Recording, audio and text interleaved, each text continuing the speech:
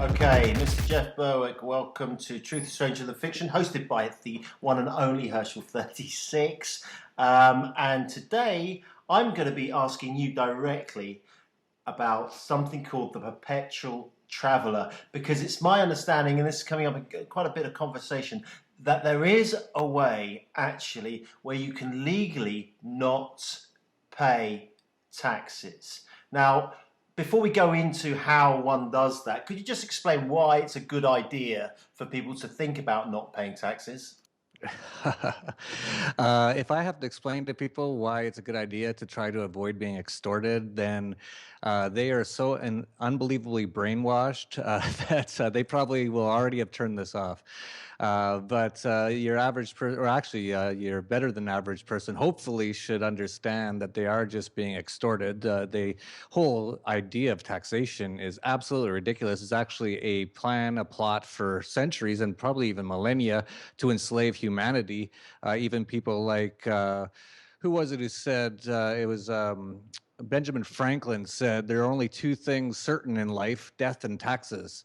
Well, there's only one thing certain, and that's death. And even that might even be going away with technology. But the whole death and taxes are certain part, he was essentially a part of Freemason, part of the Illuminati. It's been going on for hundreds of years.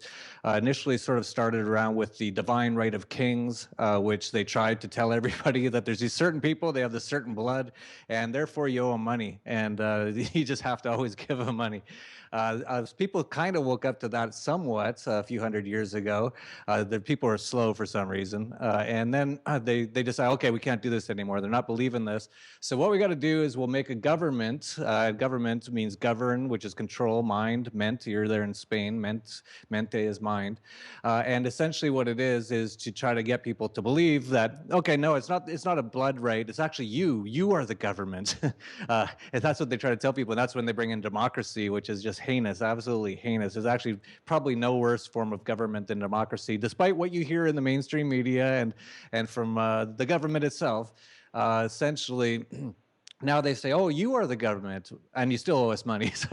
So people are like, oh, okay. And a lot of people, they brainwash you so much. So you go to your public indoctrination camps, the government schools, and Vladimir Lenin said that, give me your child for 4 years and the seed I plant will never be uprooted. And now they have them for 12 years. And then they go for another 4 years, usually in college, which is all socialist, statist, collectivist style teachings, including economics, Keynesian economics, and all these sort of things. So people are just completely indoctrinated into this thing. People don't realize it. But if you're watching this right now and you actually think government is good and taxation is good, you're as brainwashed as anyone in North Korea who think that little Kim is God, he's the best and he saves us all. It's absolutely the exact same thing.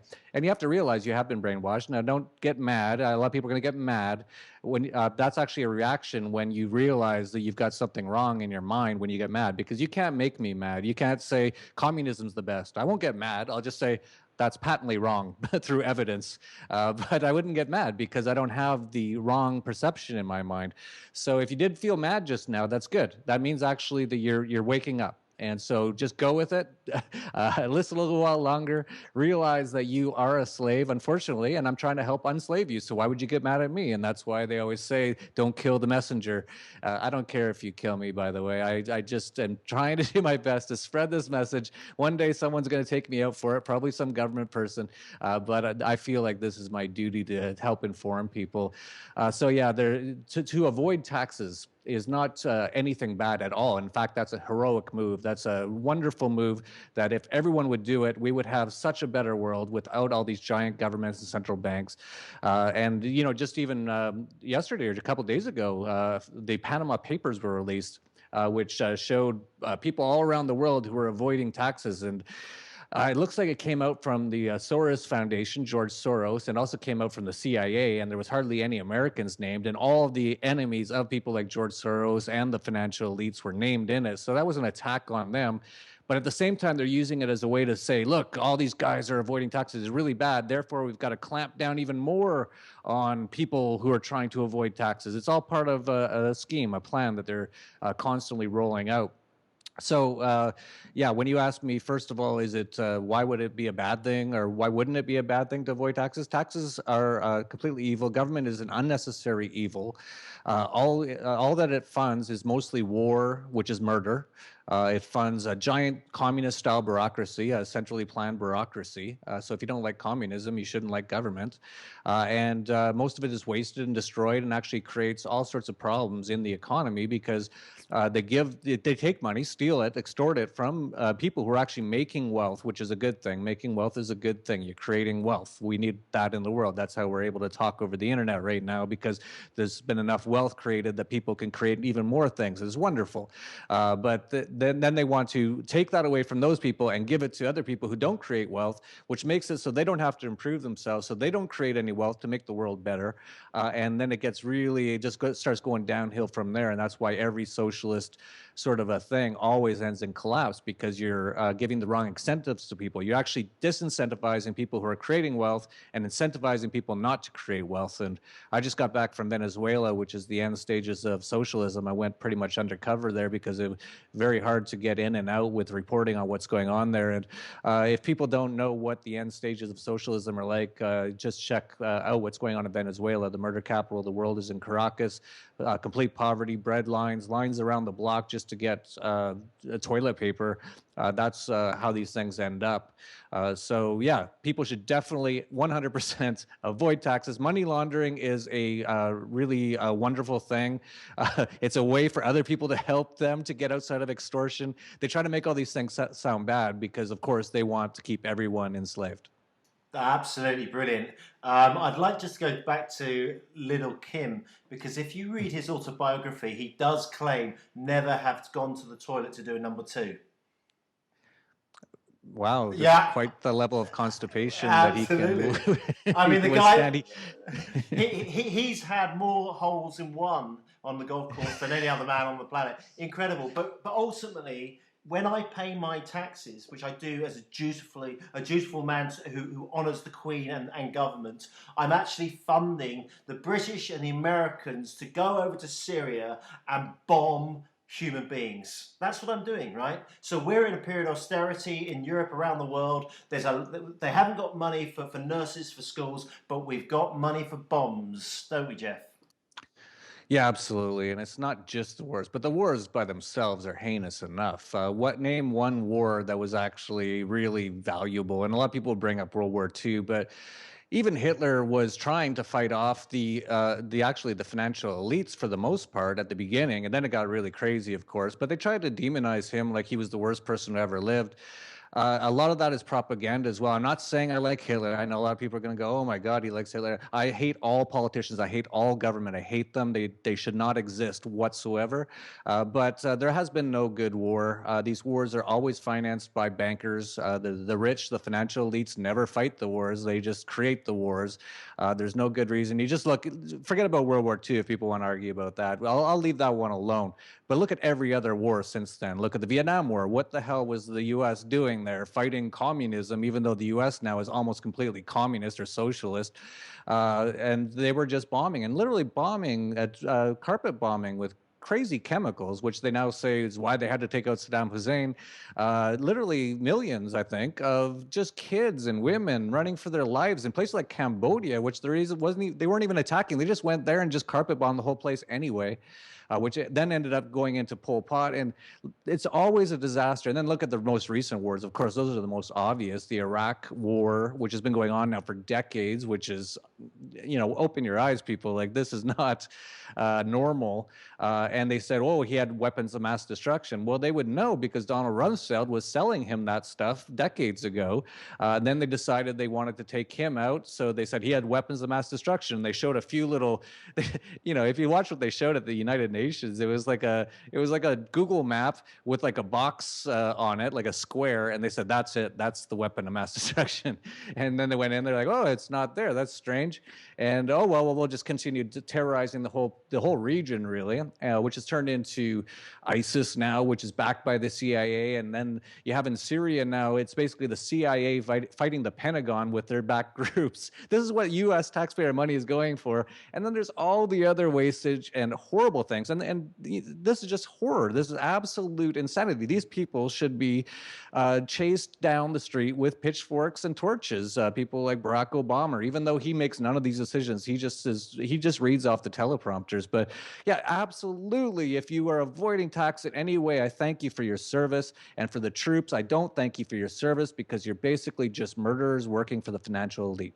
Well said. I mean, Barack Obama is basically the Manchurian candidate, and I'm not even going to go into that topic because it's deep, it's dark, and he's pretty nasty. But just going about Donald Rumsfeld, the reason why they knew that Saddam Hussein had chemical weapons was, as you say, quite rightly, is because we sold them. The Americans, the Brits, we've been arming every single person on this planet to create wars for hundreds and hundreds of years, and that's the way we keep control. And I reference this in my track called Who Got All the Money. There's a link up here right now for that track. Go and have a listen to it, like it, share it.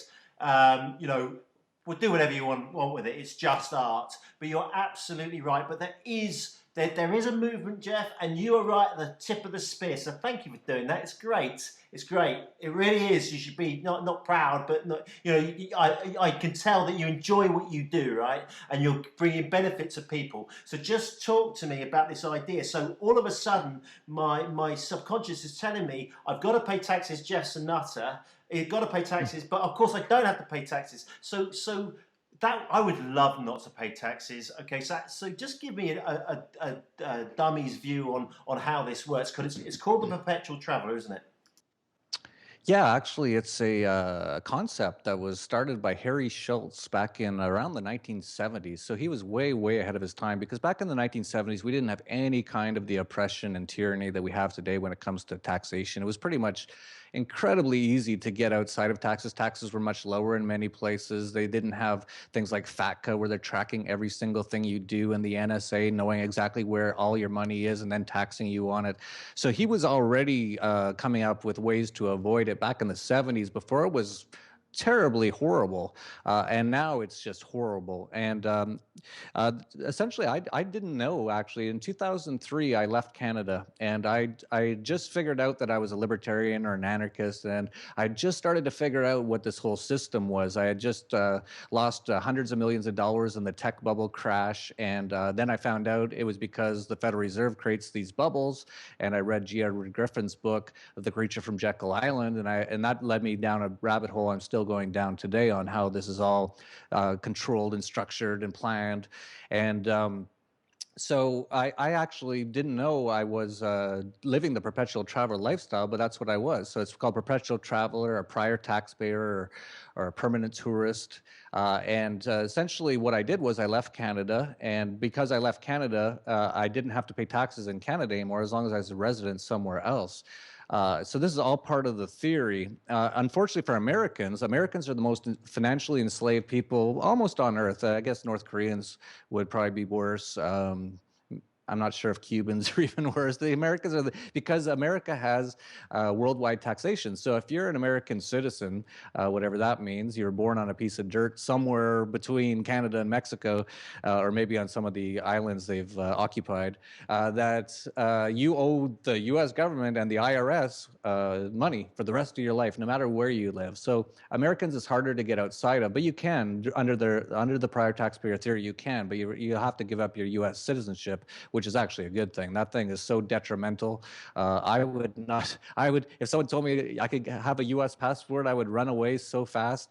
Once you get that passport, you are really under the thumb of the most egregious and tyrannical forensic taxation system in the world. But you can still go outside of it. So essentially the theory is that you separate your life into different areas, so you're not under the control of any one government. And basically they call them flags. It's called the flag theory. And essentially you have, for example, your passport and citizenship, and you want to have that in a country that doesn't tax money earned outside the country. So that'd be most countries right now, except for the US. But I do expect most European, I expect Canada, Australia to start doing worldwide taxation soon. So, but at this moment, as a Canadian, I can live outside of Canada and not have to pay taxes there. Then you want to have your legal residence in a tax haven, and there's many tax havens. There's many countries that don't have taxes. They still have roads, they still have sewers, they still have schools, they still have medical systems. I know it's shocking to people to think that you can have those things without extortion, but yeah, you can. So you want to be a legal resident somewhere else. You want to keep your business somewhere else as well, as preferably somewhere where they have a low or no taxation or capital gains tax or anything like that. You want to keep your money in another place because you want to keep them all separated so no one government can control any one thing. And using their own rules, you can actually legally make it so you don't legally have to pay tax anywhere. And then you want to actually sort of live somewhere, what they call a playground flag. That's where you want to mostly live, and somewhere hopefully with low VAT tax or no VAT tax. So you're not even paying any tax in that respect, and also a place where it's a lot cheaper to live. So that's a big reason why I spend a lot of time in Mexico. I'm not a legal resident here or anything. I'm a tourist, but who just happens to spend a lot of time here. And the price of things, I don't know about there in Spain, but it's just so cheap, especially with the Mexican peso having gone down so much over the last few years. I consider it almost free to live in Mexico. I just laugh every time I have to pay a bill. I'm like, it's basically free. And then I make my money outside of here, mostly in US dollars, which is kind of funny because I am the dollar vigilante, and a lot of people will bring that up. Why do you accept US dollars? And I've always said that the dollar will be the last fiat currency to collapse. So we actually would prefer if everyone paid in Bitcoin. That would by far be our preference. But most people still aren't into Bitcoin, so we accept US dollars. So I accept US dollars in a country that has no tax. All these sort of things. So everything I'm doing is actually legal, which actually I'd still do it if it was illegal, by the way. I will never contribute. I'll never be extorted to pay for murder and theft in my life if I can avoid it by any means necessary. So that's really interesting. Okay, so when you were saying that, I wanted to ask you, well, give me specifics. Okay, so I put into Google the countries that don't pay tax. What came up immediately was Bermuda, Monaco, the Bahamas, Andorra, and the United Arab Emirates. And of course, then you spoke about having your company, right? So a lot of people like me work for other people's companies. So in that situation, it wouldn't work for someone like in that situation, would it? I'm not sure I understand your question. Why wouldn't it work? Well, because I'm getting, so as an example, I pay my PAYE in the UK, okay, and so it goes through the books of that particular company. So I'd have to literally move the company out of the UK system and into the system in Bermuda, as an example. Right. Why can't you do that? Well, yeah, exactly. But yeah, but I would have to do that, wouldn't I? Right, you would have to do that, yeah. Yeah. It's not all that expensive. Getting a corporation in many of these non-tax jurisdictions is usually about $2,000 or so. And if you think about all the taxes you paid in your life, that's to be quite a beneficial thing to do. We actually do that, by the way, at tdvoffshore.com. That's the Dollar Vigilante, tdvoffshore.com. If you just want to get information on setting up an offshore company, an offshore bank account as well. So yeah, for a person like you, I guess you're from England originally, so you're an English citizen. So if you live outside of England and you have a residence somewhere else, you don't have to pay taxes in England anymore. You have to pay taxes where you're a resident. So what you want to do is become a resident in a country where taxes don't apply to you. And that's actually quite easy. One example, Dominican Republic, for example, quite easy to get residency. You just have to go probably twice, I think, at the beginning. Then you get your residency, and then you don't have to pay taxes in the UK anymore. And the Dominican Republic will only tax you on what you make in the country itself. So just make sure you don't make any money in the Dominican Republic, and you don't have to pay taxes personally anymore, as long as you keep that arrangement going, as long as they don't change the rules or the laws, which they probably will over time. This is a constantly changing sort of area, and it's getting harder and harder to do all the time too. But it is still possible. So I would urge people to look into these things. So for someone like you, I would get an offshore company, start putting all the revenue through that. I would get a residency in another country, and then you have to not live a certain amount of days in England. I don't know what the rules are there, but usually it's not more than half the year. And it sounds like to you that'd be a pleasure not to live half the year in Absolutely. So there you go. That's all you'd have to do, and you would not pay any taxes anymore But the other legally. thing, is that there are tax implications if you have, say, property in England, as an example. So I've got property in London.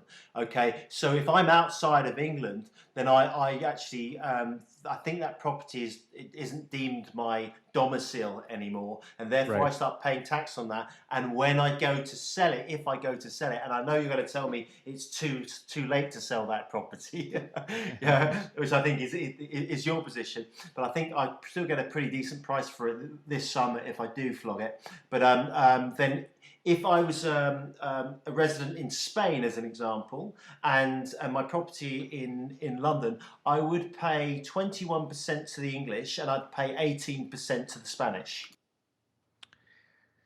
Yeah, so that's why you should. Well, I would just get like you mentioned. I would get out of the property market in the UK anyway. That thing's gonna bust big time, and just go in places where they don't tax you on capital gains on property. And there's so many. Like I was just in numerous countries just recently. That's just incredible bargains. Even actually in Europe, I just learned that in Hungary you can buy literally 5 square kilometers of land for about $3,000 right now because of all the problems going on there right now. The economy is just imploding, all the refugee sort of issues, and it's going to be a bit of a mess for a while. But you can just buy up all sorts of property for very, very cheap in other parts of the world. So I would consider that. But yeah, you know, if you wanted to keep the properties in the UK, then yeah, you'll probably have to pay some tax on it. But at least you can get away from the income tax. So that's your option, your choice on what you want to do. But there is ways to get around most of these things, all legally. Well, that's right. It's really interesting. What's the score with investing in Mexico? Are you renting? Or have you bought? I don't want to go too deep into your personal stuff, but just top No, level I kind of don't stuff. mind. I talk very openly about everything I do. I actually did own one house once when I was very young and stupid. And while you can make some money by buying a house and owning it for a period of time, especially in certain areas, I just found as I become more of a perpetual traveler that it just ties me down too much. So I always rent. This place you can only see if you're watching on video here. You can only see a part of it. It's an absolute mansion that's beautiful up on the hill, one of the most exclusive areas in Acapulco. I pay $1,800 a month. I also have a maid, a cook, and a driver that I pay $12 a day each. So essentially, I live like a king. That's literally living like a king for almost $2,000 a month, essentially, maybe a little bit more than $2,000 a month, and that's that's almost as good as you can live here. So you really couldn't spend much more than that unless you wanted to get extremely luxurious. But you could actually, for $500 a month or $700 a month, have a very nice place here and still have a maid or a cook full time. So it's very nice to have that. I wake up, I come down to my office here. My office is all clean because the maid's already cleaned it all up. My cook comes in, gives me breakfast. I just start working, trying to free slaves all over the world, and doesn't really cost much, as I pointed out. So yeah, there's so many just better ways to live that most people haven't thought about. And of course, with the internet now, it's just so much easier to work from anywhere. And I've always said that even when I was young, I was a computer nerd even when I was 12 years old, way before the internet. And I always thought I have to find a way to always make my money through computers. The internet didn't exist back then, through computers and things like that, so I can have the option to live anywhere I want. I already had that mindset when I was very young. I didn't want to be tied to one geographic region. Well, I mean that's brilliant because just the freedom in that conversation is incredible. Okay, because 90% of British people are living in a box, trying to get enough money to pay for the box, and with the option of having a holiday in Acapulco, Mexico. It's really crazy. It's the mindset, isn't it? And the system that we live in is there to control us, so we can't see out of the blinkered way of going with the norm. And it's time, really, for me as a human being to start challenging that system and to start challenging myself in that system, because the change has to take place within inside myself to allow that to sort of be emancipated and reflect on the people that I care most about, i.e. like you, right, my kids. You know, I do not want my son going and working in an office for a corporation until he's 45, 50, maybe 55, 60 years of age, and not having a life, you know, because that's not living. That is slavery.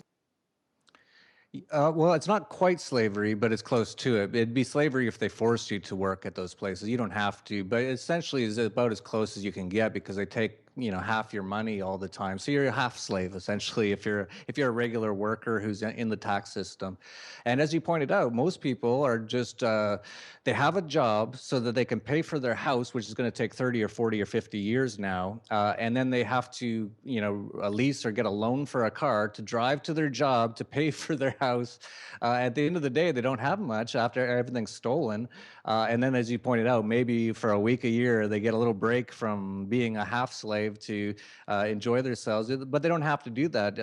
As one example, just what I just pointed out about how I live, I make my money on the internet, and then I've arranged it so I legally don't have to pay taxes, so I keep all my money. So that's a huge difference from losing almost half of it to keeping all of it. That makes just a massive amount of difference. And then I live in a place that's super cheap and incredibly enjoyable. I just love it here in Mexico. And that's why they also make the whole world look dangerous. So if you turn on the BBC or CNN, they're like, oh, Mexico, you're going to get your head chopped off. That's because they don't want you to go to places like that and find out it's awesome. It's not perfect. No place is perfect, but it's nowhere near as bad as they say. And so essentially what they're trying to do is keep you scared so you don't look at these options. And, you know, they don't even want you to go on vacation to a place like Mexico, because if you do, you'd be like, holy cow, I could pretty much live here on like $800 a month easily, live like a glorious life. And if I set things up properly, never pay taxes again. And so I'll have so much more money. So that's why they don't even want you to realize these things. And you know, it's funny, I see a lot of Americans who will come to Mexico on vacation, but most of them will stay in those gated sort of hotels with all-inclusive hotels, because they're told that it's so scary outside. And, you know, every now and then I'll meet one and I'll say, hey, you know, like, come outside of your guarded hotel there. They're like, won't we get killed? And I'll be like, no, pretty sure. Like, we might get killed. You can get killed in London. You can get killed in New York or Chicago. But pretty sure we won't. And they come out with me and they're like, oh, this isn't what they said it was on the news. Like, that's so funny to me. Like, they would travel all this way and still not even just peek outside to see if it's true. But that's what they want. They want to keep you in the system. Even the education system, you brought up your kids, that was designed, and this is all documented. You can just look this up very easily. The entire Western education system is based off the Prussian model, which was essentially made to create workers and soldiers.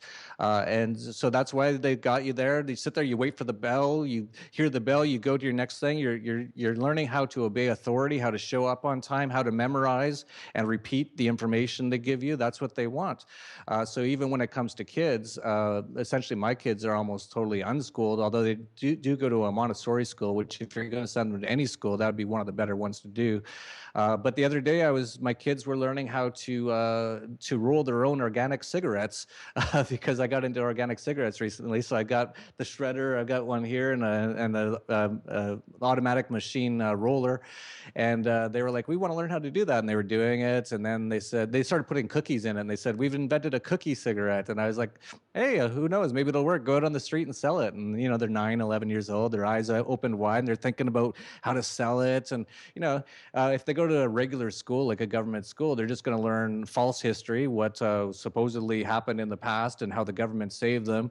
They're going to learn some basic math and English, which every kid already would learn very easily and quickly on their own. My kids learned how to read and write just because they wanted to know what the video games were saying and how to text message. So these things, you don't need schools for those things. And of course, kids learn much faster when they want to learn something. So I didn't push my son to read. He didn't really know how to read until I think 7 years old or something like that. But when he was 6, my wife was worried.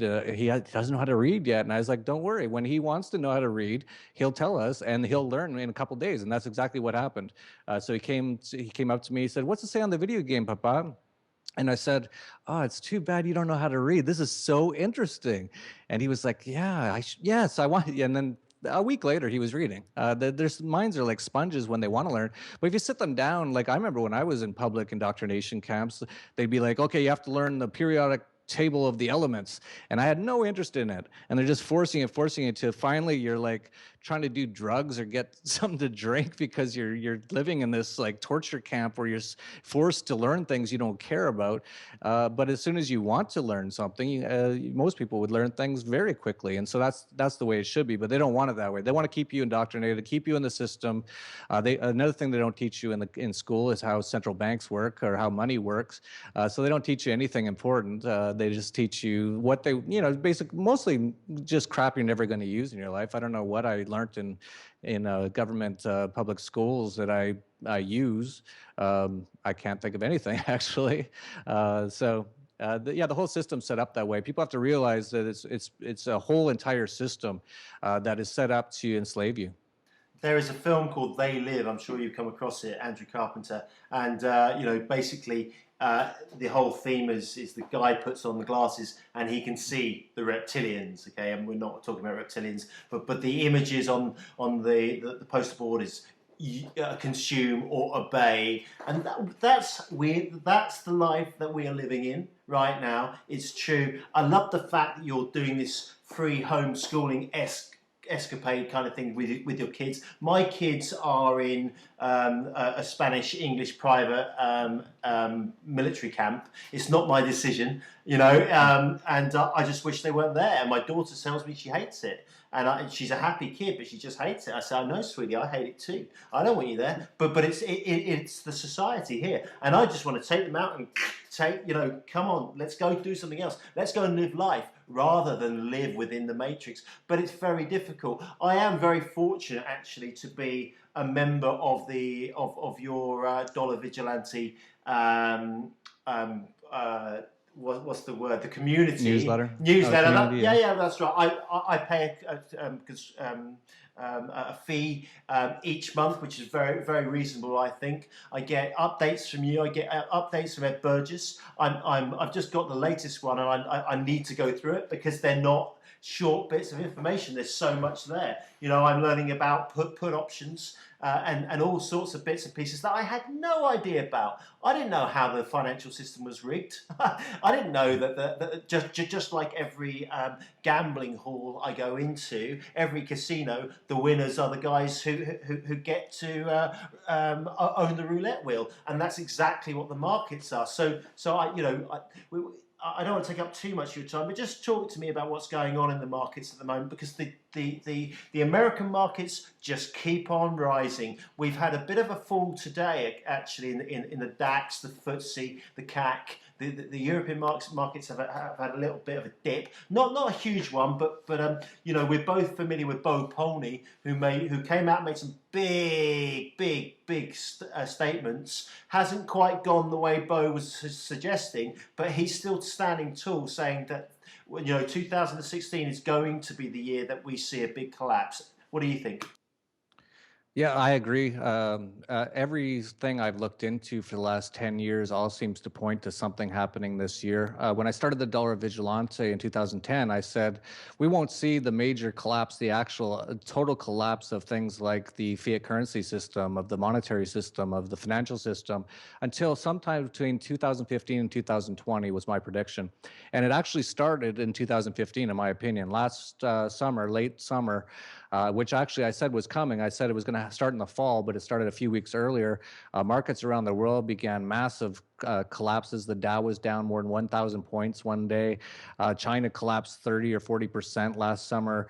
And so that's when it began. And the one thing I had the timing a little bit off on was because I was basing it on what I discovered about the financial elites and how they use certain timing to do certain things.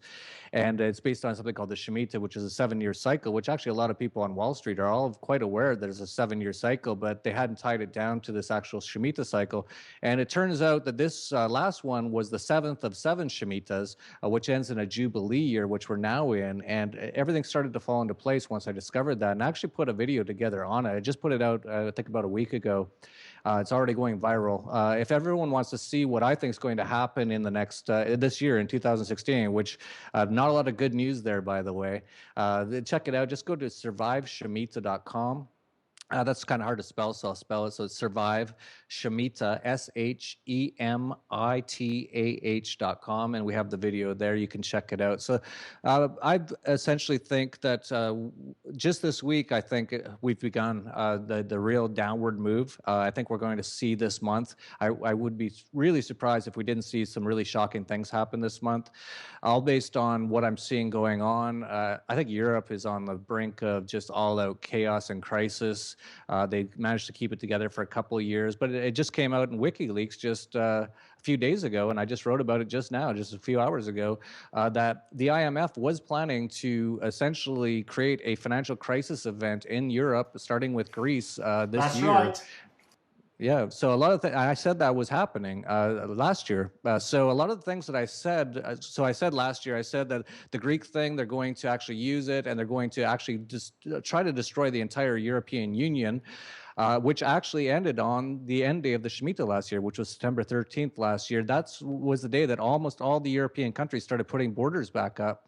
So I said something was going to happen on this day, and it did. And now that might have been coincidence or not, who knows? But it was quite interesting that on that very day, that's when all the borders started going up.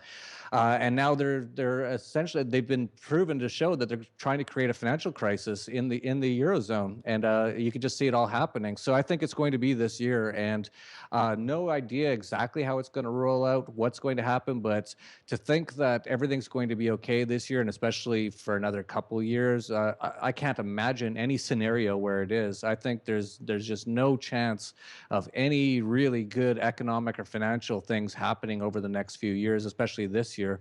If you just look at the numbers, the amount of debt, the amount of U.S. government debt is $19 trillion now. So if interest rates were to even rise to 10%, that'd be nearly $2 trillion per year in interest payments alone, which is the entire tax extortion base of the U.S.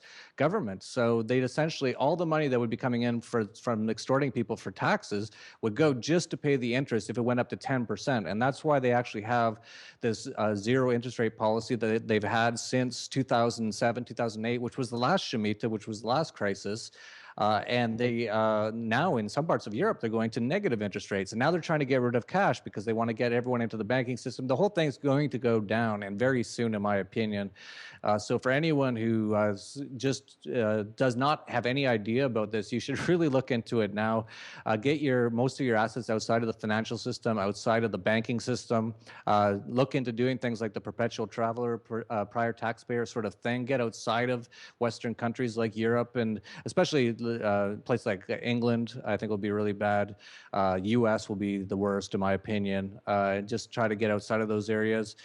It's going to be really bad. So check out my video at surviveshemitah.com to see what the reasoning why I think it's going to be bad as well. Okay, so right here, there's going to be a link. So you can click onto this link in the top corner. It's for Jeff's video, plus all the information that we're talking about. There'll be excerpts in the description. So go down into the description and you can get the links. But this has been fascinating. It always is, Jeff, right?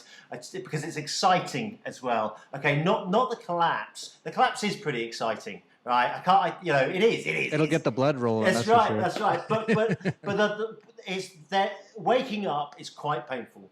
When the first time I realised that everything I've ever been taught has been a lie, I was depressed for quite a while, and I hadn't drunk for a long, long time, and I had a few beers. Right? I don't drink anyway, but I'm not going to go there, right? But say I wanted to speak individually with someone like you in your team. Could I organise that? Is there a way of doing that? Of getting an hour's consultation with one of you guys? Yeah, I actually will do that. I've been trying not to tell anyone about it or anything because actually I'm so busy, and I keep trying to think up a number that would make it worthwhile to me to do it. And I came up with a number of $500 an hour. If you want to talk to me for like an hour, I'll do that. But I won't accept probably most people. We're just doing the best way for me actually to get this information out is just through the newsletter. So if you want to get this information, subscribe to the newsletter at dollarvigilante.com. That you'll get most of the information there. If you want really specific information, I would also come to one of our conferences. We just had one in Acapulco, the Dollar Vigilante Internationalization Investment Summit, and there I had more time to speak with people a little bit more one-on-one if they have particular questions. We actually just put the videos from the conference live now. So if you want to see, it's 7 hours of this sort of information. It's only $74.95. All of the presentations we had there, just go to dollarvigilante.com/IIS and you can see that. But I'm really not promoting that I do consulting, and I really try to avoid it. But for a person like you, Herschel, like someone I know who I have an interest, like, well, you're a friend of mine, so I don't mind doing an hour or something. And I wouldn't even charge you the 500. But I'm not really looking for people to contact me for consulting. I'm just way too busy. Yeah, I get you. Well, that's really kind. Listen, guy, there's to these the videos online. In the corner there is a link to Jeff's videos. So listen, thanks, mate. Thanks very much. Could I ask that when you put it out, if you put this thing out, that you link to Herschel 36, who got all the money for me? I'd really appreciate that if you could stick it in your description as you go out of this particular video. But the Perpetual Traveller, the idea that I don't have to pay tax is one thing, but the fact that if I choose to be brave enough to step out of the matrix, that there is life beyond governmental control, and for that I'm really grateful. So I think we're done. Great. Well, thank you. All right, mate. You take care, and I'll no doubt watch one of your videos and receive your information, because I am part of your global community that is growing exponentially right now. There's a lot of people who are reaching into the knowledge bank of you and your team. So, cheers. Thanks a lot, mate. Thank you. Bye-bye. Hey, I'm Herschel 36. Thanks for listening to Truth is Stranger Than Fiction on the Beat 106 FM. Did you like it? If so, give us a thumbs up, and don't forget to subscribe, people! Brought to you by justfinishingrecords.co.uk. Herschel 36, where truth is stranger than fiction.